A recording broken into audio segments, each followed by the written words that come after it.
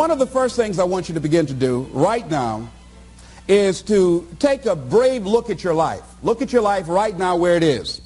So let me ask you some questions. As you begin to look out on the future, look out on this year, let's take personal inventory. What has brought you here? As you begin to look at the things that took place this past year, did you get out of it what you wanted? Did you achieve the goals that you set out to achieve? What part of your life or what things did you do that you don't want to be a part of your life? Are there any people, as you begin to look at your life and look at where you want to go and what you want to do, are there any people that might be some dead weight that you need to think about unloading? Because what you have found through that relationship, that it's more toxic than it is nourishing, is more debilitating than it is empowering, and so now you've got to make a decision. See, many of us won't be able to move forward because we're not taking true inventory of our lives. As you begin to look at your emotional, your spiritual, and intellectual development, how many books did you read? How many seminars did you attend? How many classes did you take to begin to develop yourself professionally, to improve your craft or your skill? How many new things did you learn? Just take some personal inventory, just thinking. Beginning to know yourself. What are the things about your past that has influenced you right now? What's your philosophy of life? What are your beliefs, things that you feel very strongly about? What are some of the things that you have picked up along the way that you've been doing them for so long you think that they're you, that you need to begin to re-examine them and perhaps get them out of your life?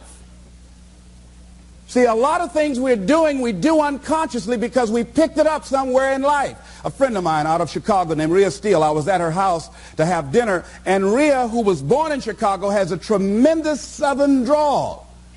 After I met her mother, I said, where did Rhea get her southern drawl from? She said, my sisters came up from Kentucky, and they used to be her babysitter.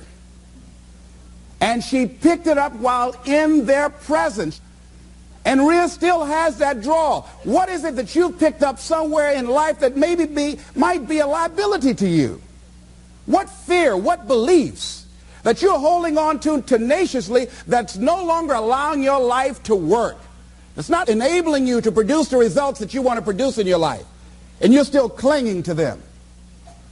See, as we go into a new world, there's some old behaviors that just won't fit. What are the events? What are the circumstances? What are the people that have shaped you? Just thinking. What are the things that you need to let go?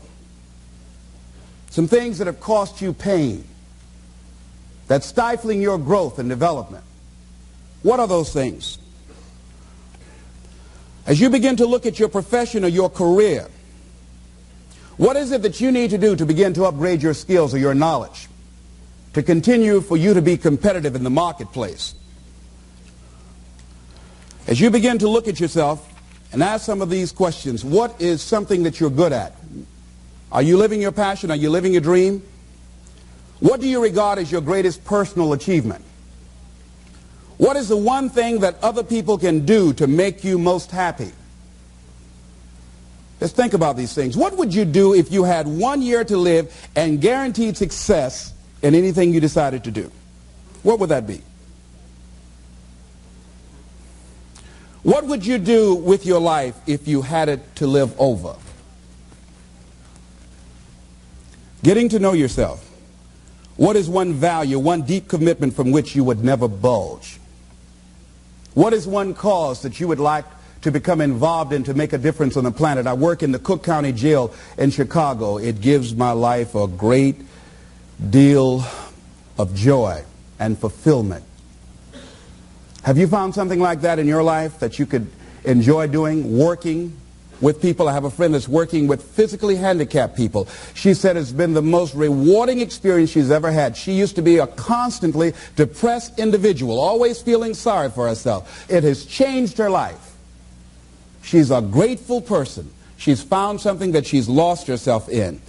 What is your biggest setback, failure, or defeat of the past year? What is it about you, if somebody really knew, they wouldn't get into a relationship with you?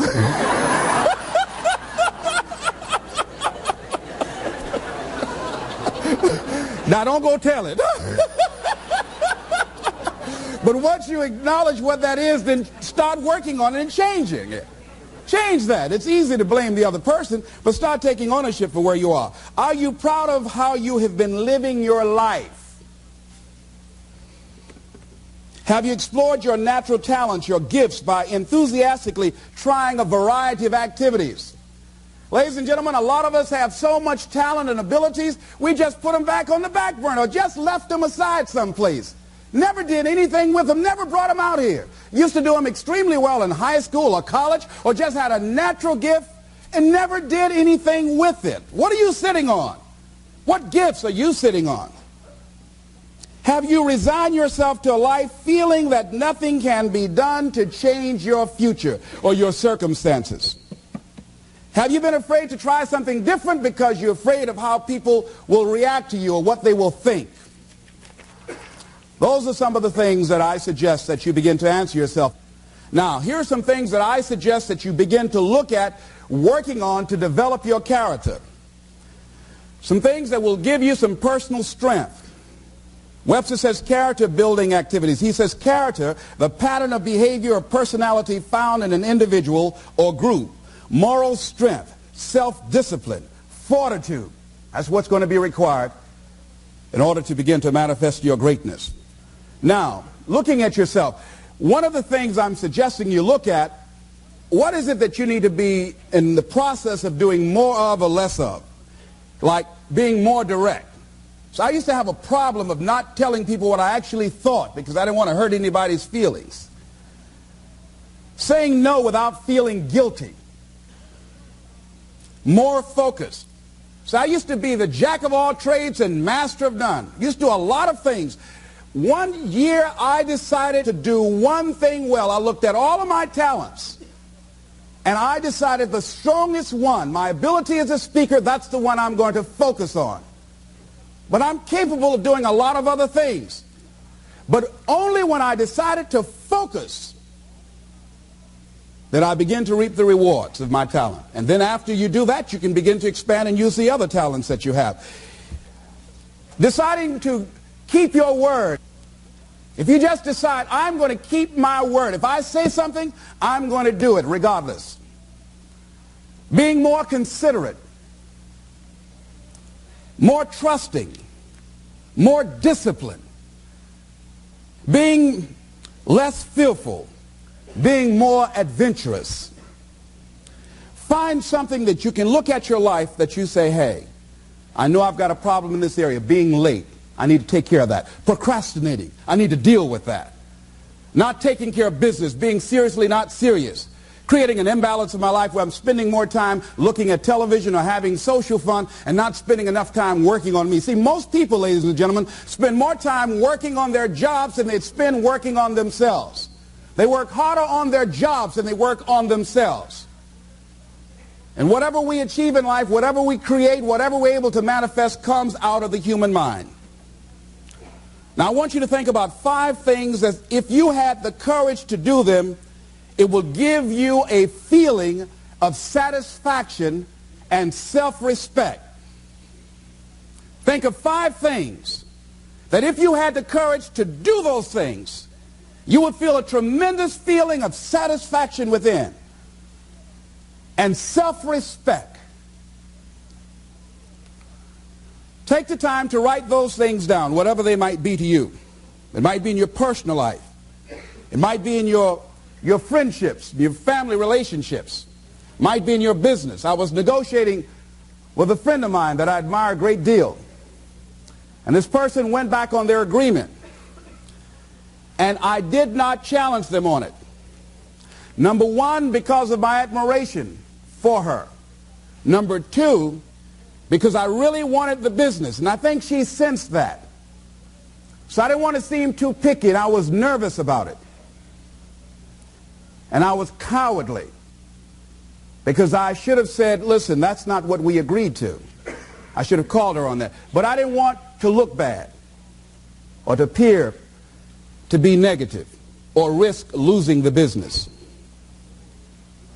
Look at 5 things that if you had the courage to do those things, that you would do those things. A lot of people say, well, I've been like this all my life. I just can't change. This is the way I am. Dr. Harold Griswold, a psychologist and author of Direct Decision Therapy, said something. He says, when someone says, I can't change, some part of them wants to change, but the payoffs for his present behavior are greater than the payoffs for a changed behavior, or his fear of change is too great. Ladies and gentlemen, it takes courage to live your dreams. It takes courage to manifest your greatness. It takes courage to decide to live, to decide to bring out all of your talents and abilities, to decide to stretch out, to decide to take a chance. It takes courage to be happy, just to be you.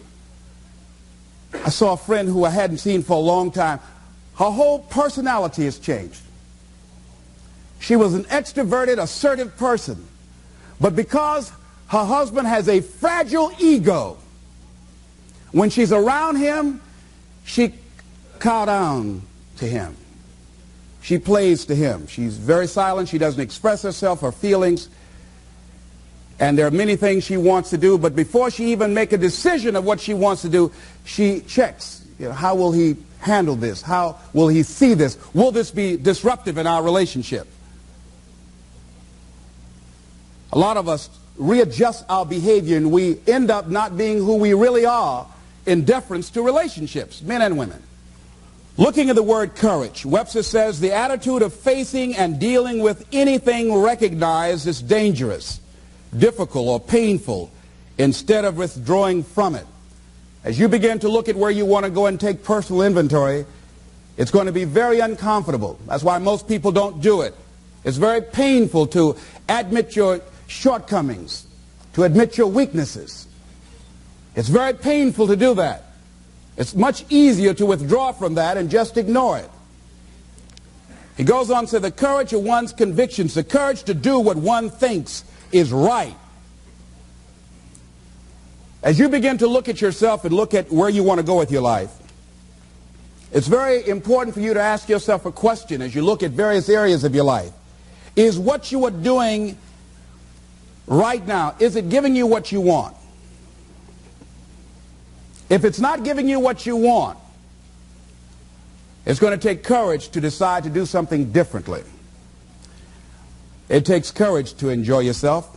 What are some of the self-defeating behaviors that we become involved in that prevent most people from enjoying themselves? Some people develop the what's the use attitude. Why bother? Some people have the I really don't care. And they convince themselves that they don't care and they don't feel anything. And after a while, they really don't feel anything. Their lives are empty. Some people say, well, it's really not worth the hassle. Just too hard. It doesn't bother me anymore. The fact that I'm not living out my dream. The fact that I'm capable of doing more and I'm not doing it. The fact that I'm content but I'm not fulfilled. The fact that I'm not living my dream. Tom Rusk and Randy Reed in a book called I Want to Change But I Don't Know How said people go through life many times playing it safe. He says that's the secret hope, that they say to themselves, if I never let myself feel too good, maybe I'll never get hurt too badly. A lot of people don't ever do the things they're capable of doing because they allow themselves to go along with the crowd, following the crowd. Many people have things they want to do, and they find themselves in relationships with people who are addicted to mediocrity, and they allow their behavior to influence their behavior. Following the crowd. Many people don't do it because of the fact that they allow their lack of self-confidence to immobilize them. I remember when I wanted to go into business for years, that was an agonizing thought in my mind. I wouldn't try it, because I didn't believe that I could make it. Of the 5 things that you would like to do if you had the courage to do, I want you to pick one thing. Pick one. And here's how to set it up for yourself that will help free you and get you unstuck. What is the worst thing that can happen if you do it? What's the worst thing that can happen? Let's say going into business for yourself, or changing careers, or getting a divorce. taking some kind of chance of something that you've always thought about doing, but you just haven't done it for whatever reason. What's the worst thing that can happen? Do the worst case scenario. Now, when you do the worst case scenario, you write those things down, the worst things that you fear would happen. When you name your fears, that puts you in control. What are you afraid of? Name it, write it out so you can look at it. Confront that fear. What is it? I'm afraid that things might work out. What else, Les? Well, I've never been in business, okay? What else, Les? Well, I don't have all the help I need, okay? Good. What else, Les? Well, I don't have enough money, all right? Good. What else, Les? Well, I don't have a college degree. What else? I'm not as good as those other guys that I've seen up there speaking, okay? What else? Well, that's all I can think of right now, okay? Good. Now, that takes you to the next step. What are the benefits? What are the benefits of your acting courageously, taking life on? Well, part of what happened was that I felt better within myself, and I had a strong sense of self-respect. Going into business for myself, I made a lot of mistakes. Sometimes I was down on myself. I felt stupid. I felt dumb because people who were in business said, why would you do something like that? Well, I didn't know. Boy, were you really dumb. And I used to chime in with them. Yes, I guess I was. I didn't know any better. But the other thing is, I had to say to myself, but I did it. I did, even if I made a flop of it, I did it. I took the chance. I took the leap. What are the benefits of your acting courageously? Whatever it is that you've identified. Write the benefits down. And then focus on them. Focus on the benefits. Not on the liabilities, not on your fears. Focus on the benefits. That which you hold in consciousness tends to manifest itself. Think about how good you feel. Think about the level of increased self-respect, the sense of self-worth that you'll feel. How good you'll feel getting up in the morning, looking yourself in the mirror because you're taking life on. The other thing is acknowledge your fears. And then go into action. This book is called Feel the Fear and Do It Anyway. That's it. See, I believe anybody who's ever done anything, who's ever taken a chance, doesn't mean that they're not afraid. Courageous does not mean being the absence of fear. I think that being courageous is willing to do it because that's what you feel and you're going to do it anyhow. Regardless, so you're not going to be immobilized by your fears or your doubts. You admit, okay, I'm scared to death. Now, okay, what is it that I must choose to do? Go ahead and experience that fear, but don't let that fear immobilize you.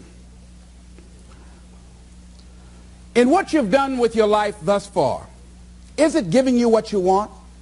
Is it giving you what you want? When you look toward the future, when you look at all that's going on out here, is there some place within yourself you say, hey, I know I need to be out there in that arena. I know I can do more than what I've been doing. I know there's some great music that I have within me that I haven't brought out here yet. Is that something that you begin to look at within yourself? So I used to do that, and I used to go to big rallies and see guys up speaking when I wasn't courageous enough to go out there and say, hey, my name is Les Brown, the motivator, Mamie Brown's boy. I want to talk. I would never do that. I'd just be back there looking at them and want to get their autograph and would say, can I meet you, Mr. Waitley, or can I meet Mr. Zig Ziglar? Please tell him, who are you? Oh, Les Brown. Because I felt within myself I was a nobody. So who am I to go talk to these guys and go get their autographs? I like to do what you do.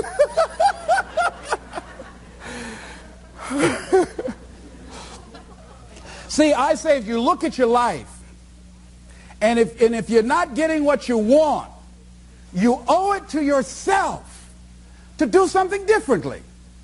If you're on a job, 85%, they say, of Americans go to jobs that they're unhappy. If you're doing something 8 hours a day that you don't like, it's not giving you what you want, it's not giving you a strong feeling of satisfaction and fulfillment, you're miserable, you hate to go there, you're depressed just thinking about it, you sing the Thank God It's Friday song every week, It's giving you headaches just thinking about it on Sunday afternoon after the football game goes off. If that's what it is, you owe it to yourself to start strategically working to change directions. See, but you know what most people will do? Most people will resist change. Most people will fight change as if change would be worse than what they're experiencing. See, they know this. They're familiar with this. Most people will not challenge the unknown. They won't just step out there. See, there's certain things that's got to be in place. They got to see it all together. And life isn't like that. That's not how you grow. So as you look at your life, you're saying, I'm not getting what I want. As you begin to look toward the future, begin to know that whatever it takes for you to create that, you've got that in you. You've got that.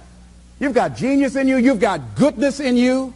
You've got creativeness in you. If you decide to take the initiative to change the current quality of your life, I say to you that you will find that the universe is on your side.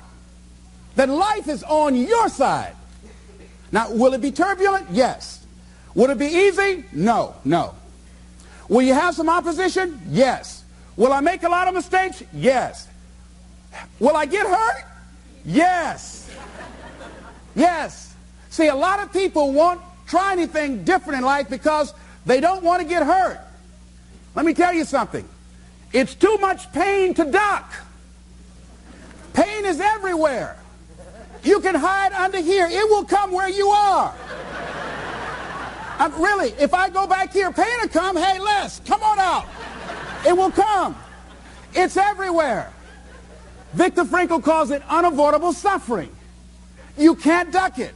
But most people spend their life not wanting to deal with the pain of rejection, the pain of defeat, the pain of being disappointed, the pain of losing, the pain of failure, the pain of being criticized, the pain of not being liked, the pain. That's called life. Life is full of pain. It's everywhere.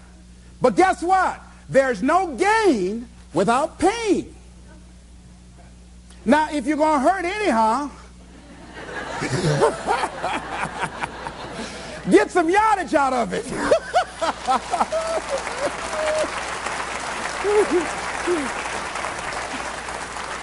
Because it's the pain of regret that you experience. If I had it to do over again, that's a pain. Don't you know that's something? When you know, I was in a seminar once and this lady stood up. If I had my life to live over again, she talked about all of the things that she would do. And you can feel the pain of regret in her voice. The pain of regret. She still experienced pain. She was trying not to experience the pain of defeat, the pain of disappointment, the pain of loss, the pain of lack of support. And she still experienced pain. It was right there. We can't get around it.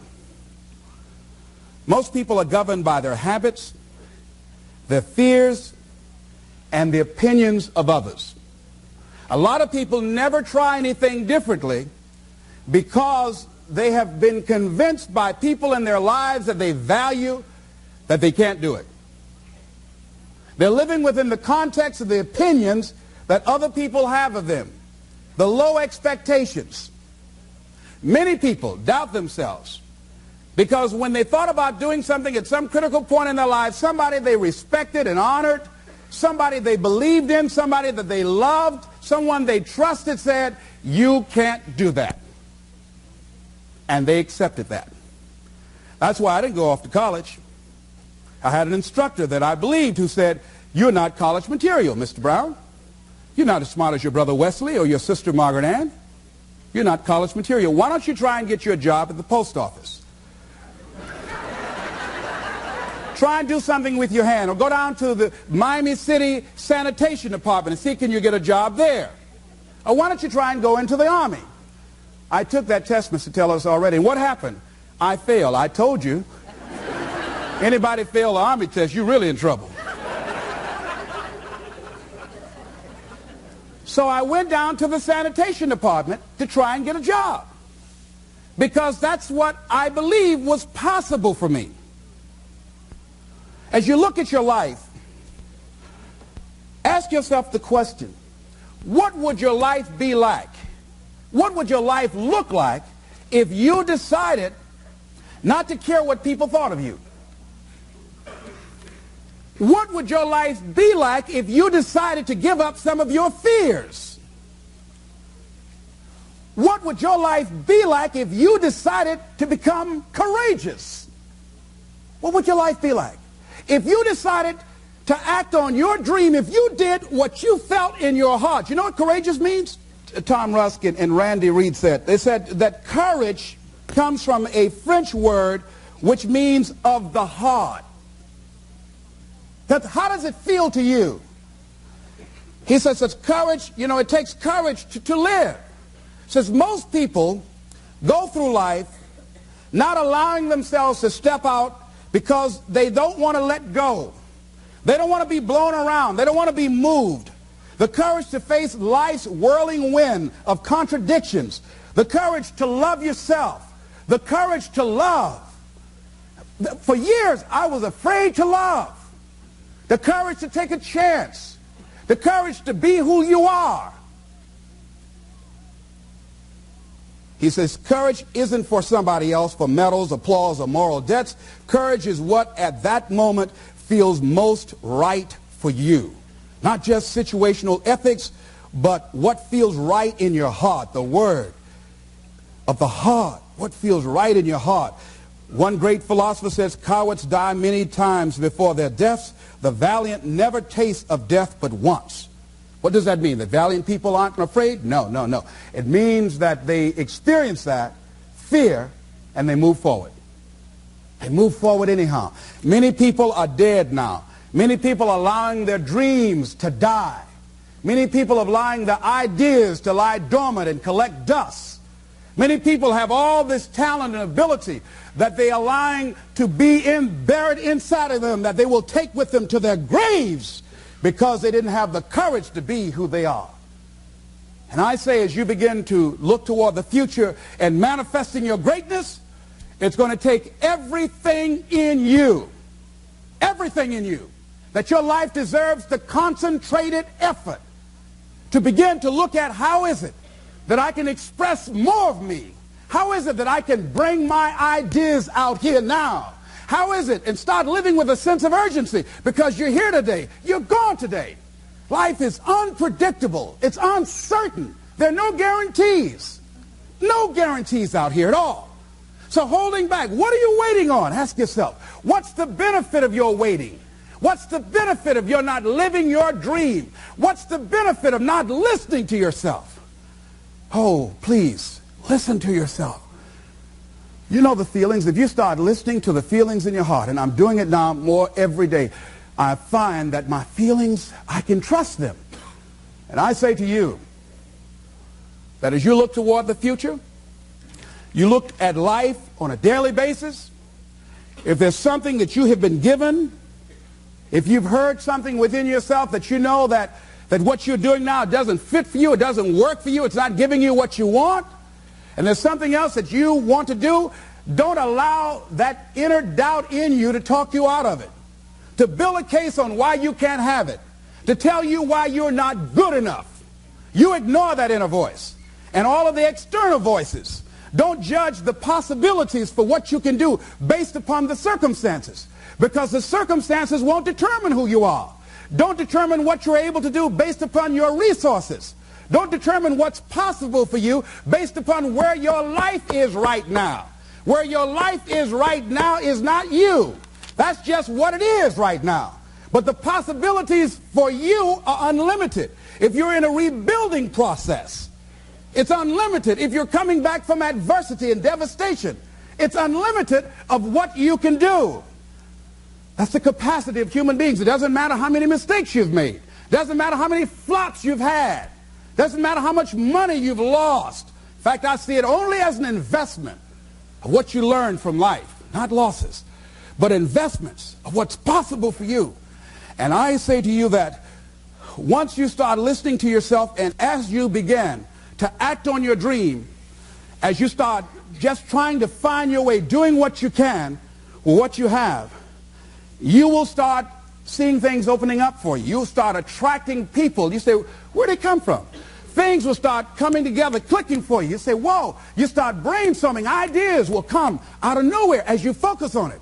The key to it is to begin to focus on what it is you want to do. Why, Les? Why is that important? Because as you focus on that which you want to do, that which we focus on, that which we give our energy to, it will begin to multiply. It will begin to expand. It will begin to develop your consciousness. And out of that comes your greatness. Out of that comes a commitment. Out of that comes a passion for life. Out of that comes a special power that you have in you that you haven't even called on yet.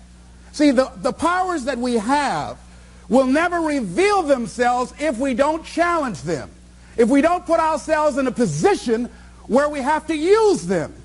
So one of the most important things is reading a book that's a really interesting book called Instant Millionaire, and the guy said, put yourself in a position where you can't retreat, where it's do or die, sink or swim. Here's what you'll find out. You'll develop incredible swimming skills. Or swallow half the pool of life. You'll find yourself stroking unlike you've ever seen before. Through the inspiration of desperation, you'll become more creative than ever before. So what is it? How do we handle that whole piece? Throw your whole self into it. See, most people go at it tentatively. They don't give all their stuff. They don't concentrate. They don't put everything they've got in them. One guy wrote a book called All You Can Do Is All You Can Do. And all you can do is enough. But he said, make sure you do all you can do.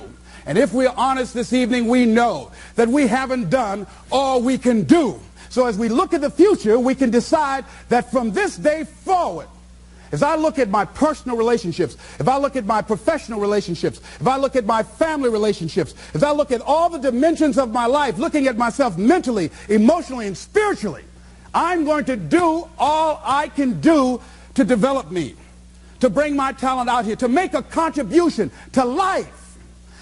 I don't know what you want to do. Here's what I know about you.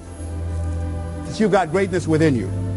As you look toward the future and developing your greatness, begin to know that your life is worth the effort. Is it easy? No. Is it worth it? Yes. Yes, your life is worth it. And so it is. This is Mrs. Mamie Brown's baby boy, Leslie Calvin Brown, saying it's been a plum-pleasing pleasure as well as a privilege. Thank you all here.